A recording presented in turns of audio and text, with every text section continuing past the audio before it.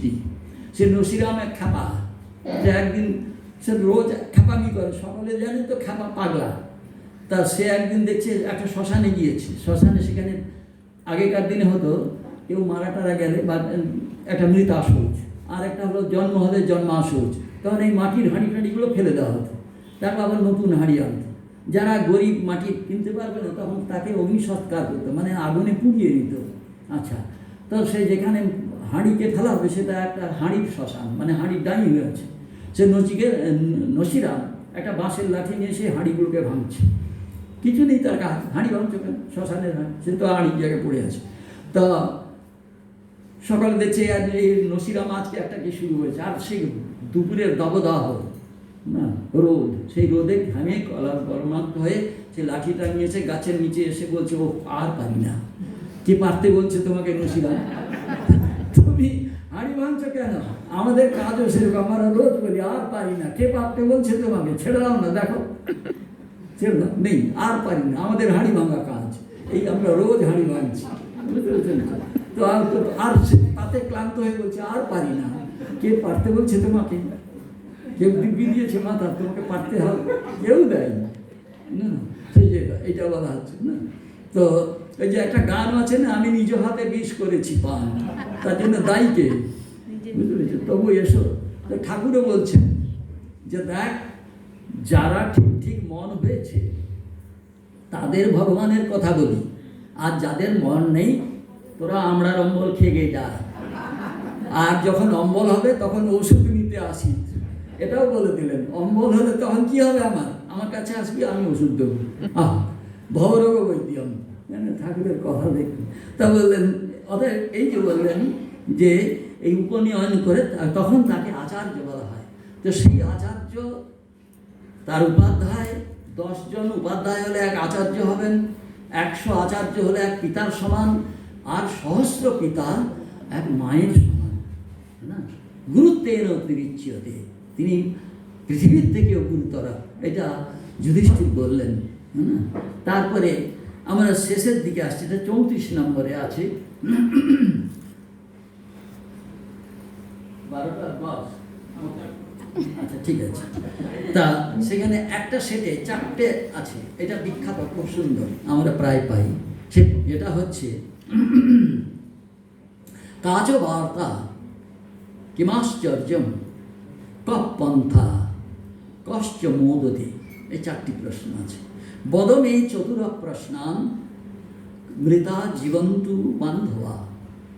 তখন সব প্রশ্নের যখন উত্তর দিলেন তখন বক, তিনি তো যক্ষ, তিনি খুব খুশি হলেন, খুশি হয়ে বলছেন বেশ, এইটা আমি শেষ প্রশ্ন, তারপরে আরও একটা প্রশ্ন করেছি, এটা 34 নম্বরে আছে। তারপরে প্রশ্ন 35 নম্বরে আরেকটা সেট আছে, তাতে মাত্র 2টি প্রশ্ন আছে, সেটাও আমরা আলোচনা করবো এখন।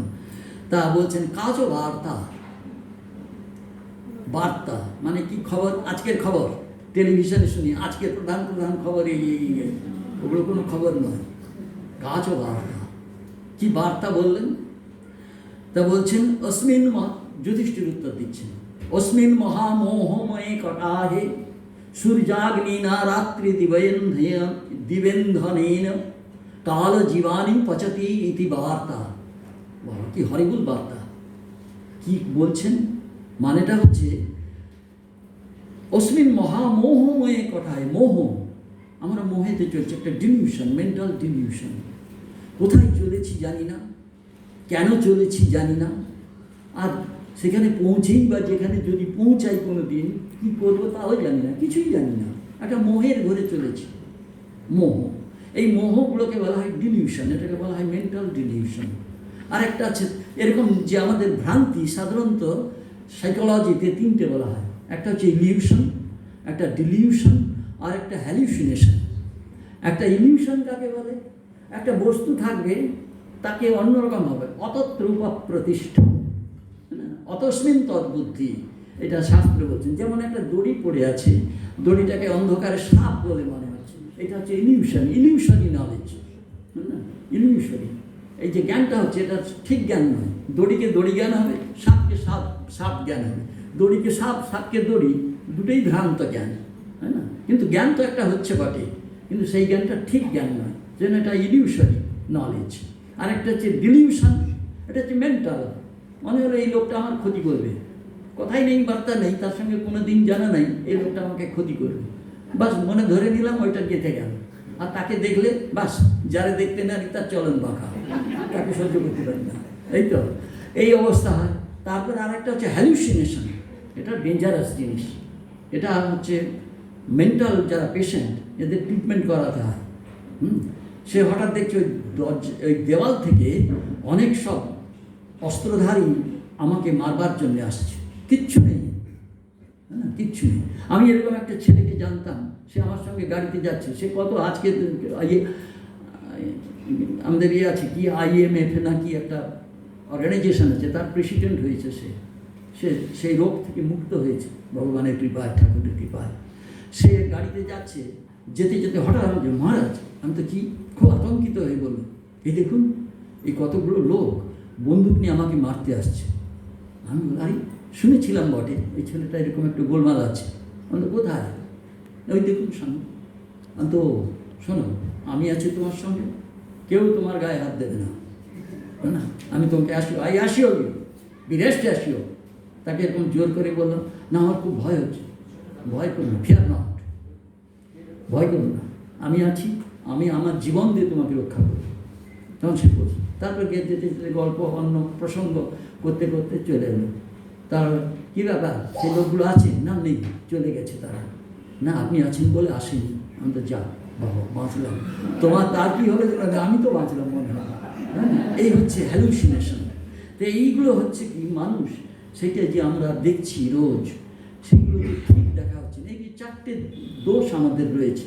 এই জন্য প্রথমে যে বললেন কাজ ও বার্তা, সে বার্তা কি? স্বামীজির বার্তা, স্বামীজি বলছেন I have a message for the world and I am to give this message to the world.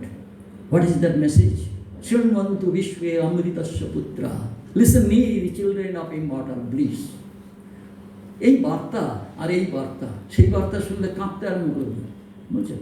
অস্মিন মহামোহময় কড়া, ওই মোহরূপ একটা কড়া, বিশাল কড়া, তাতে কি আছে? সূর্যাগ্নি না, সূর্য অগ্নি জ্বলছে, তাতে সেই তেল গরম হচ্ছে। তারপরে মাসর্তু দর্বি পরিঘট্ট নিয়ে না, এমনি তেল কড়াই ছেড়ে দিয়েছে, ওই সব কি ফুলুরির মতন ফুটছে, নেই, দর্বি হাতা দিয়ে এপাট ওপাট উল্টে ভালো করে ভাজছে না, পরিঘট্ট নিয়ে না, কাল জীবানী, এবং বলছে রাত্রি দিবস ইন্ধনে, নিচে আর জ্বালানি কি জ্বলছে, রাত এবং দিন, এইগুলো হচ্ছে ইন্ধন, এই জ্বলছে সেই কড়াতে, আমাকে ওই তেলেতে ফেলে আর খুন্তা দিয়ে এপাট ওপাট করে নেড়ে আমাকে খুব মচমচে করে ভাজছে। এটা হলো বার্তা। শুনেই তো কি মাথা ঘুরে যাবে।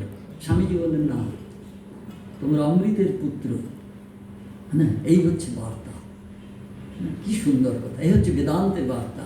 স্বামীজি নিয়ে এসছেন, লিসন ই শৃণ্বন্তু বিশ্বে অমৃতস্য পুত্রা, আজ এ ধামানি দিব্যানি তস্তু। হ্যাঁ, এবং তাকে জেনে এই মৃত্যুর কবল থেকে রক্ষা পাওয়া যায়।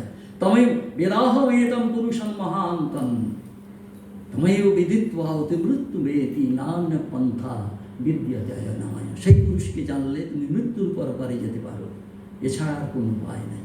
এই বললেন কাচ বার্তা কিমাশ্চর্যম। এর উত্তর দিচ্ছেন আহানি আহানি ভূতানি গচ্ছন্তি যমমন্দিরম শেষা স্থিরত্বম ইচ্ছন্তি কিমাশ্চর্যমতঃপরম। বা প্রত্যেক দিন দেখছি চোখের সামনে মানুষ মরছে, জীব মরছে, সকালে মরছে। যারা রয়ে গেল তারা ভাবছে আমি বেঁচে গেলাম, আমি আর মরবো না। না, বাংলাতে আমরা বলি না, ঘুঁটে পড়ে গোবর হাসি, না, তারপর তলের বাকলা খসে, উপরের বাকলা হাসে, বলে যে আমি রেগে গেলাম, তুমি খসে পড়ে গেলে, হ্যাঁ না। তারও যে দিন আসবে একদিন খসবার, যে ঘুঁটেটা আজকে জ্বলছে তাকে দেখে যে গোবর হাসছে, সেই গোবরকেও ঘুঁটে পড়ে তাকেও জ্বালানো হবে, হ্যাঁ না। সেই জন্য সকলেরই ওই হবে। সেই হচ্ছে এর থেকে আর আশ্চর্যের কথা কি আছে? বা প্রশ্ন করে রেখে দেবেন, কি আশ্চর্য মতঃপরম, এর থেকে আর কি আশ্চর্য আছে বলো, হ্যাঁ না। সেই যক্ষকেই তিনি প্রশ্ন করে বসলেন। তারপরে বলছেন কপ পন্থা, পথ কি? এটা অসাধারণ কথা। আমাদের পথ কি, কোন পথে হাঁটবো? তো বলছেন যে কোনো একটা শাস্ত্রকে ধরি। আজকে যে শাস্ত্র পড়লাম, সে বলছেন শাস্ত্র তো শাস্ত্র, সমস্ত শাস্ত্রের যে মূল শ্রুতি বেদ, সেই বেদ সম্বন্ধে যুধিষ্ঠির বলছেন শ্রুতয় ভিন্না, এক এক শ্রুতি ভিন্ন ভিন্ন মত প্রকাশ করেছেন। একটা শ্রুতি বলছেন মনসা এব ইদম আপ্তব্যম, তাকে মনের দ্বারাই জানতে হবে। আরেক শ্রুতি বলছেন মনসা ইয়ামনা মনুতে, যাকে মনের দ্বারা মনন করা যায় না। আর এই মনের দ্বারা যদি জানবো তাকে তো মনন করতে হবে আগে, তো জন মনসা না মনুতে, তাকে মনের দ্বারা মনন করা যায় না। আর এদিকে বলছেন মনসা এব ইদম আপ্তব্যম, তাকে মনের দ্বারাই জানতে হবে। এ তো দুটোই আপাতত বিরোধী বলে মনে হচ্ছে, কিন্তু বিরোধ নেই। ভেতরে ঢুকলে বলা যাবে দুটো দুদিক থেকে তাকে আলোচনা করছে। তা সেই জন্য বলছেন শ্রুতয় ভিন্না স্মৃতয় ভিন্না। স্মৃতি লোকে লিখেছেন শ্রুতিকে অবলম্বন করে। আচ্ছা, একাদশীতে কি খেতে নেই, একাদশীতে কি বোধ হয় লাউটাও না কি খেতে নেই একটা। আচ্ছা, তা একজন বলে না না তুমি কোষের লাউ খায়, করলাটা বাদ দিয়ে দাও, বা লাউ যদি খাও খাও সেখানে আলুটা দেবে না, বাদ দিয়ে দাও। তো এরকম স্মৃতয় বিভিন্ন। আর নাসং মুনির যশ মতান্ন ভিন্নম, তুমি মুনি হতে পারো না যদি তোমার একটা আলাদা মত না থাকে, তোমাকে একটা আলাদা বলতে হবে। সকালে বলছে সূর্য পূর্ব দিকে ওঠে, তোমাকে বলতে হবে না পশ্চিম দিকে ওঠে, তখন তাহলে একজন মুনি হবে। তা নাহলে না অসৌ মুনি, সে তাকে মুনি বলা যাবে না যদি তার মত এদের থেকে না ভিন্ন হয়। তো বলছেন অতএব ধর্মস্ব তত্ত্বম, তাহলে কোনটা ঠিক? এই যে বললাম ধর্মস্ব তত্ত্বম নিহিতম গুহায়াম, সেই হৃদয়ের অন্ধকারের গুহায় সেই ধর্মের তত্ত্ব নিহিত হয়ে আছে। তাকে খুঁজবো কি করে? মহাজন জেন গতঃপন্থা, মহাব্যক্তি মহাপুরুষ তারা যে পথে গিয়েছেন। ঠাকুর বলছেন আমি সাঁকো তৈরি করে দেখে এটা গেলাম, তোমরা হেঁটে চলে এসো। হ্যাঁ, এইটা বলছেন ভগবান গীতাতে শেষ কথা বলছেন সর্বধর্মান পরিত্যাজ্য মাম একম শরণং ব্রজ, আমাকে অনুসরণ করো, মাম অনুস্মর। এবং কি করে করবে? সংসারে যুদ্ধ করতে হবে, যুদ্ধ না করলে তুমি মরবে। তাহলে দুটো কাজ করতে হবে, প্যারালাল চলবে। মাম অনুস্মর যুদ্ধ চ, আমাকে চিন্তা করো আর যুদ্ধ করো। অতএব তোমার কোনো চিন্তা নেই, আমি তোমাকে রক্ষা করব। এইটা সমস্ত যুগে ভগবান যখন আসেন তার প্রতিজ্ঞা এটা। রামচন্দ্র বলছেন সকৃতে এব প্রপন্নায় তবাস্মিতি চ যাচতে অভয়ম সর্বভূতেভ্যঃ দদামি এতব্রতম। আমার এটা ব্রত। ভগবান রামচন্দ্র বলছেন কি ব্রত? যে একবার সকৃতে, একবার এই বলে আমাকে প্রার্থনা করে আমি তোমার শরণাগত না, আমি তাকে সমস্ত জীব থেকে অভয় দান করব, তাকে কেউ স্পর্শ করতে পারবে না। এই হচ্ছে না, এই শরণাগতি হচ্ছে সর্বশ্রেষ্ঠ। ভক্তি পাকলে শরণাগতি হয়, ঠাকুর বলতেন। দেখুন না, আমাদের যে আরতিক স্তবটা আমরা করি ওম হ্রিম ঋতম, তাতে 4টে শ্লোক আছে। প্রথম শ্লোকটা জ্ঞানের দ্যোতক, ওম হ্রিম স্বরূপ তিনি, শিব শক্তি একসঙ্গে স্বামীজি করেছেন। ওম ব্রহ্মের প্রতীক, হ্রিম শক্তির প্রতীক, তাই তো? দুটোকে ঋতম, তিনি সত্যের প্রতীক। ঋতম এবং সত্যমের মধ্যে একটা তফাৎ আছে, দুটোই সত্য, কিন্তু সত্য ইন জেনারেল ট্রুথ, আর ঋত অধিগত সত্য। শ্রী রামকৃষ্ণের সম্বন্ধে বলা হচ্ছে যে তাকে জানা যায়। স্বামীজি বলছেন 150 বছর শ্রী রামকৃষ্ণ এই শরীরে, তাকে যে চিন্তা করবে তাকে লাভ করতে পারবে, তিনি রয়েছেন, আছেন। অতএব সেই জন্য ঋতস্বরূপ তিনি, তাকে পাওয়া যায়, তাকে জানা যায় না, এই জন্য ঋতম, ওম হ্রিম ঋতম। এটা বললেন জ্ঞান, এটাও আঁটলো না। তারপরে বললেন ভক্তি, ভক্তির ভগস্য ভজনম, পরের শ্লোকটা বলছেন, সেটাও হলো না। তারপরে বলছেন তেজস তরন্তি, তাহলে যোগ, ইন্দ্রিয় নিগ্রহ করে যোগশ্চিত্ত বৃত্তির নিরোধ, তাকে নিরোধ করে তাহলে যোগের দ্বারা তাকে পাই, সেও হলো না। তার শেষে কৃত্যম করতি, তাহলে কর্মযোগ।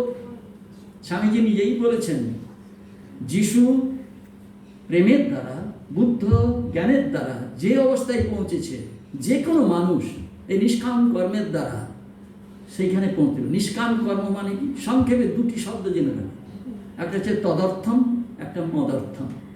যেটা তদর্থম অর্থাৎ তার জন্যে, তদর্থম কর্ম কৌন্তেয় মুক্ত সঙ্গ সমাচার, সেই তদর্থম ঈশ্বরের জন্যে যে কর্ম সেটা হচ্ছে নিষ্কাম কর্ম। আর মদর্থম আমার ভোগ সুখ সাধনের জন্য যে কর্ম, সেই কর্ম হচ্ছে সকাম কর্ম।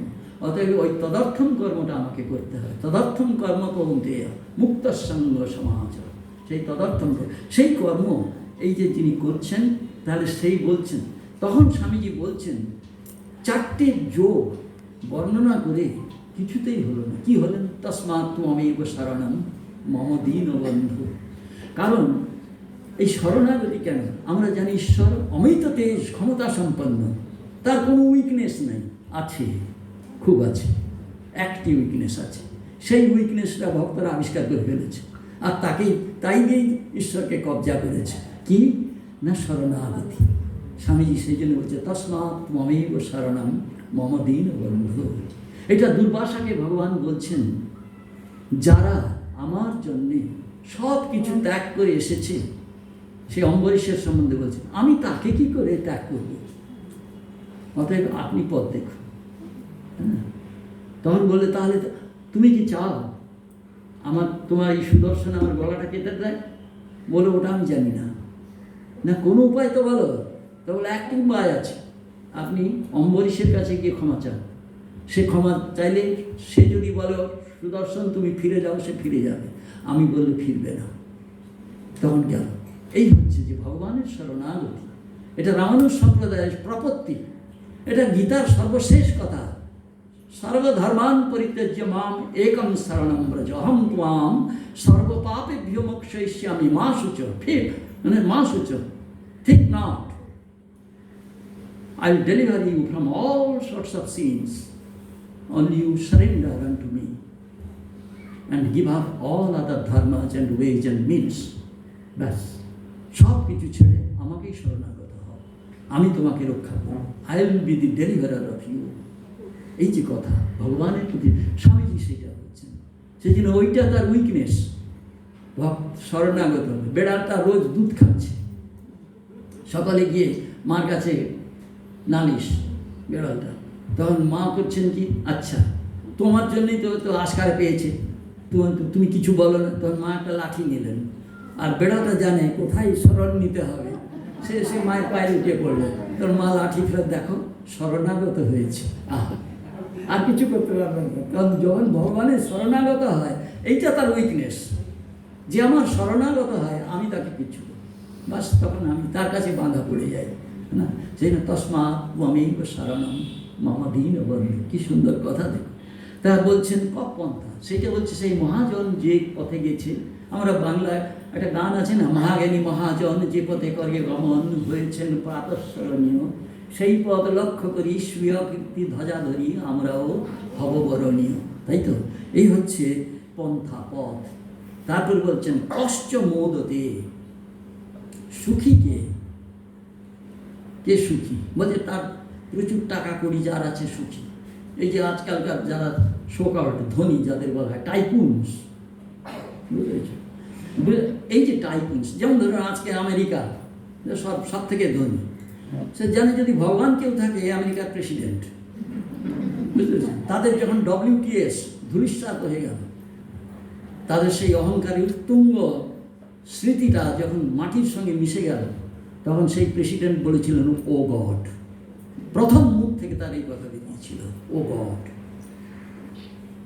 কোথায় গেল সেই অহংকার? তুমি সুখী নও না, প্রচুর টাকা আছে, সেটা বলছেন। সেই জন্যে ভর্তৃহরি বলছেন, এই যে টাকা আছে চৌর্য ভয়ম, চুরি করে নিয়ে যাবে। বিত্ত অনেক জমি জায়গা আছে, নৃপালাদ ভয়ম, রাজা সেই কালকে এসে নিয়ে নেবে। তোমার অনেক জমি আছে, আজকে গভর্নমেন্ট সব নিয়ে নেবে তোমার কাছ থেকে। তারপরে অনেক বিদ্যা আছে, বাদী ভয়ম, তোমার থেকে আরো বড়। ঠাকুর বলছেন তারে বাড়া আছে, তো তোমার থেকে আরো কেউ বিদ্বান আছে, সে তোমাকে যখন হারিয়ে দেবে তখন তোমার মনে দুঃখ হবে, কারণ ভয় আছে কেউ যদি হারিয়ে দেয়। হ্যাঁ, তো বাদী ভয়ম মানে তর্ক করতে যাবো, আমি ন্যায় ট্যায় পড়েছি, অনেক কিছু পড়েছি। বলছে তুমি খুব অন্যায় করেছো, ন্যায় পড়ে। বুঝতে পেরেছো? কারণ কি তোমার থেকে ন্যায় পড়েছে এরকম আরও আছে, সে তোমাকে তর্কে হারিয়ে দেবে, তখন তোমার ভয় আছে। সেই ভয় সর্বং বস্তুম ভয়ান্বিতম, জগতের সমস্ত বস্তু ভয়ের দ্বারা যুক্ত। ভুবি নৃণাম বৈরাগ্যম এব অভয়ম। এই পৃথিবীতে একমাত্র অভয় হচ্ছে বৈরাগ্য। ত্যাগ করো, সব ভগবানের জন্য দিয়ে দাও, ছেড়ে দাও। সর্বধর্মান পরিত্যাজ্য। বলছে না, এই সনাতন ধর্মটা আমি রাখবো, বললেন না, তুমি সব ত্যাগ করো, সর্বধর্মান, কোনো ধর্ম থাকবে না, একমাত্র থাকবে মামেকম শরণম ব্রজ, তুমি আমার একমাত্র শরণম হও। সে কী করে সব তো যা করছো, যৎ করোসি যদস্নাসি যৎ গৃহসি দদাসি যৎ ইয়ৎ তপস্যসি কৌন্তেয় তৎপুরুষ্ব মদর্পণম, এই হচ্ছে তদর্থম কর্ম। যা করছো সব আমাকে দিয়ে দাও, আমি তোমাকে রক্ষা করবো। এইটাই বললেন। কষ্ট মদতে সুখী কে? আমরা বলছি যার টাকা আছে সুখী, যার টাকা আছে তার রাত্রে ঘুম হচ্ছে না, চুরি হয়ে যাবে, কি হবে, পুলিশ আসবে, কাল ইনকাম ট্যাক্স, কাল মুখ ট্যাক্স, তার তো মুখ ট্যাক্স, জেরবার একেবারে। সুখীকে সেই জন্য যুধিষ্ঠির বলছেন দিবসাস্য অষ্টমী ভাগে শাকম পচতি ইয়ো নরঃ অরিণী চ অপ্রবাসী চ সবারিচর মোদতে। হে বারিচর, হে বক, যে দিবসের 8 ভাগে, মানে সারাটা দিন, দিন রাত, 4 প্রহর 4 প্রহর, 8 প্রহর, 8 প্রহরের শেষে তার খাবার জোটেনি, তখন কিছুটা শাক পেয়েছে, সেই শাক সেদ্ধ করছে খাবার জন্যে। শাকম পচতি ইয়ো নরঃ, কিন্তু সে অরিণী এবং অপ্রবাসী, সে নিজের বাড়িতে আছে এবং কারোর কাছে 1 পয়সা ঋণ নেই তার। অরিণী, যে ঋণ আছে বারবার এসে বলবে অধমর্ণ, তুমি কবে ঋণ শোধ করবো, তা নাহলে কাল পুলিশ এসে তোমার সব নিয়ে বিক্রি করে আমি ঋণ শোধ করে নেব না। সে গভর্নমেন্টের হলেও সেও বলবে, কারো কেউ রক্ষা করবে না। অরিণী, অপ্রবাসী, নিজের বাড়িতে আছে। তাই তো আমরা ছোটবেলায় সেই কবিতাটা পড়েছিলাম, বাবুই পাখিরা ডাকি বলেছে চড়াই, তুমি কত কষ্ট পাও রতু ইত্যাদি ইত্যাদি। আমি সাকি মহাসুখে অট্টালিকা করে, সেই চড়ুইকে বাবুইটা বলছে হচ্ছে কাঁচা হোক তবু ভাই নিজেরও বাসা, নিজ হাতে গড়া মোর কাঁচা ঘর ভাষা। তুমি অপরের বাড়িতে থাকো, তোমাকে সেখান থেকে তাড়িয়ে দেবে সে ভয়। ভয়ঞ্চকে এসাম, এইটা 7টা প্রশ্ন আছে, ভর্তৃহরিকে করা হয়েছিল, তিনি একটা লাইনে সেই প্রশ্ন দিলেন। এগুলো হচ্ছে, সেই প্রশ্নটা হচ্ছে এই কতগুলো প্রশ্নের জবাব, যেমন হচ্ছে রবে কবে কিম সমরস্য সারম কৃষের ভয়ম কিম কিম আহরন্তি কিম খাদন্তি ভৃঙ্গা। তারপরে ভয়শ্চ কেশাম অভয়শ্চ কেশাম, এই 4টে বলুন। কি বললেন? রবি, রবে হে সূর্যের, কবে হে কবি, আর সমস যুদ্ধে, সার কি, অর্থাৎ কোনটা একেবারে প্রয়োজন, যেটা না হলে হবে না, কবির হবে না, রবির হবে না, সব যুদ্ধও করা যাবে না। কৃষের ভয়ম কিম, কৃষি কাজ করতে গেলে কি ভয়। তারপরে বলছেন ভয়ঞ্চ কেশাম, কাদের ভয় আছে, অভয়ঞ্চ কেশাম, কাদের ভয় নেই। শেষ লাইন দিয়েছেন, একটা লাইন, অসাধারণ উত্তর। এই হচ্ছে সংস্কৃত, এইগুলো সম্ভব হয়। ভাগীরথী তীর সমাশ্রিতানাম, হ্যাঁ না? তো বলছেন ভাগীরথী তীর সমাশ্রিতানাম, তাতে কৃষিকাজের সঙ্গে কি সম্পর্ক আছে? কি রবির সঙ্গে কবির সঙ্গে কি আছে? ভাগীরথী তীর সমাশ্রিতানাম, মানে যে ভাগীরথীর তীর আশ্রয় করে জীবনযাপন করছে, তার সঙ্গে এগুলো তো কোনো সম্পর্কই নেই, কিন্তু না আছে। এক একটা ভেঙে ভেঙে বলতে হয়। প্রথম হচ্ছে ভা, রবে হে সার, রবির সার হচ্ছে তার জ্যোতি, ভা না, রবির জ্যোতি। আর তারপর হচ্ছে গি, ভাষা, কবে, কবির কথা, কবির ভাষা জ্ঞান নাই, সে কবি কী করে হবে না। কবে সমরস্য সারম রথি, চতুর্থ 4টে হয়, রথি, অশ্বারোহী, গজারোহী, পদাতি, এই তো 4টে ইনফ্যান্ট্রি, তার মধ্যে রথি সর্বশ্রেষ্ঠ। সেই জন্য বলছে রথি, ভাগী রথি হয়ে গেল, মানে তীর। আচ্ছা, রথি যুক্ত ইতি, ইতি দীর্ঘ, ইতি মানে হচ্ছে কিসের ভয়, অতিবৃষ্টি, অনাবৃষ্টি, সলভা, মুশিকা, শুকা, বুঝছেন? এদের এই হচ্ছে কি প্রত্যাসন্ন্যশ্চ রাজানম ষড়েতে ইদয় স্মৃতা। বলছে হচ্ছে কি বললেন, প্রথম বলছেন অতিবৃষ্টি হবে, কৃষির ভয়, ডুবে। আমাদের এখানে বৃষ্টি নেই, কোথাও কোথাও বৃষ্টি হচ্ছে, ধান টান সব পচে যাচ্ছে। তারপরে অনাবৃষ্টি, সেখানেও কৃষির ভয়। মুশিকা, তার বৃষ্টি টিষ্টি হলো, ফসল হলো, ইঁদুর কেটে দিল। সলভা, সলভা মানে হচ্ছে ওই পঙ্গপাল, সে পঙ্গপালের কি কি ধান খেয়েছে, খাজনা দেবো কৃষি আছে না, তো সেই জন্য সেই পঙ্গপাল এসে সব ধান নষ্ট করলো। আর শুকা, শুক পাখি, সেই ধান যেখানে যেখানে হবে ওইগুলো গিয়ে গিয়ে সব দলে দলে গিয়ে খাবে না। আর প্রত্যাসন্ন্যাসরে 5টা প্রত্যাসন্ন্যাশ্চ রাজান, রাজারা যখন অপরের রাজ্যকে আক্রমণ করে তখন সেখানে জলে আগে বিষ মিশিয়ে দেবে, ধানের ক্ষেতের আগুন লাগিয়ে দেবে, এই সমস্ত নষ্ট করবে যাতে ভবিষ্যতে তারা দগ্ধে দগ্ধে মরতে পারে। এইগুলো হচ্ছে তাদের পলিসি না। এই 6টা হচ্ছে ইতি, সব হচ্ছে মানে কৃষির ভয়ম, কৃষির ভয়, কৃষির ভয়ম কি ভয়ঞ্চকে এসাম। আচ্ছা, ভাগীরথী ইতি, তীর ইতি বলতে ইতি এটা আমরা বললাম, তীর রসা রস না। কি মদন্তি ভৃঙ্গা, মৌমাছিরা কি খায়? রস, মানে মধু খায়, মানে বলে রস। ভাগীরথী তীর সমাশ্রিতানাম। আর ভয়ঞ্চকে এসাম সম আশ্রিতানাম, অপরের আশ্রয়ে যারা আছে তাদের ভয়। কোন দিন বলে বেরো আমার ঘর থেকে, হ্যাঁ না, সবসময় ভয়ে থাকতে হয়। অভয়ঞ্চকে এসাম ভাগীরথী তীর সমাশ্রিতানাম, সব কিছু ছেড়ে মা ভাগীরথী গঙ্গার তীর আশ্রয় করে ঈশ্বরকে নির্ভর করে তার শরণাগত হয়ে যে জীবন করছে তার কোনো ভয় নেই, নির্ভীক। সেই জন্য সন্ন্যাসী যারা সেজন্য বলছে নির্ভীক, অভিমন্ত্র। স্বামীজি এটা বলছেন, সন্ন্যাস মানে অভিভাব, অভিতে প্রতিষ্ঠিত হওয়া। এই বলছেন, সেই জন্য বলছেন কষ্ট মোদতে। সে 8 ভাগে সেখানে শাকম পচতি ইয়ো নারা, সে শাক পাক করছে, অঋণী, কারোর কাছে ঋণ নেই। কেউ এসে আঙুল তুলবে না আমার ঋণ পরিশোধ করো, তা নাহলে সব ঘর বাড়ি বিক্রি করে নেবো না। অপ্রবাসী, তুমি আজকে এই বাংলাদেশ সকলকে তাড়াচ্ছে, যাও সব হিন্দু দূর না, রোজই দেখছি এরকম এই সমস্ত। অঋণী চ অপ্রবাসী চ, সব বাড়িচরের মধ্যে, হে বাড়িচর সেই সুখী। তখন এই কথা শুনে বক খুশি হলো, যক্ষ, বাহ তুমি সব দিয়ে দিলে। তারা বলছেন যে এরপরে তোমাকে আমি একটা শুধু প্রশ্ন করছি, বুঝতে পেরেছি? কি প্রশ্ন না, এই বলছেন শেষ প্রশ্ন, ব্যাখ্যাত আমি তয়া প্রশ্ন, আমার যত প্রশ্ন তুমি তয়া, তোমার দ্বারা সব ব্যাখ্যা করা হয়ে গেছে এবং সেগুলো কারেক্ট, যথাযথ ব্যাখ্যা তুমি করেছো। যথাতথ্যম পরন্ত, এই যে যথাতথ্য, যথাযথ তুমি হে পরন্ত তুমি যথাযথ করেছো। এখন তুমি আমাকে বলো, পুরুষন্তু ইদানিম ব্যাখ্যাহি যশ্চ সর্বধনী নর। পুরুষ কাকে বলে? সেই পুরুষ, এই পুরুষের যুধিষ্ঠির এখানে যে পুরুষের ব্যাখ্যা করছেন, আর আমাদের শাস্ত্রে বেদান্তে যে পুরুষের কথা বলা আছে, পুরুষ।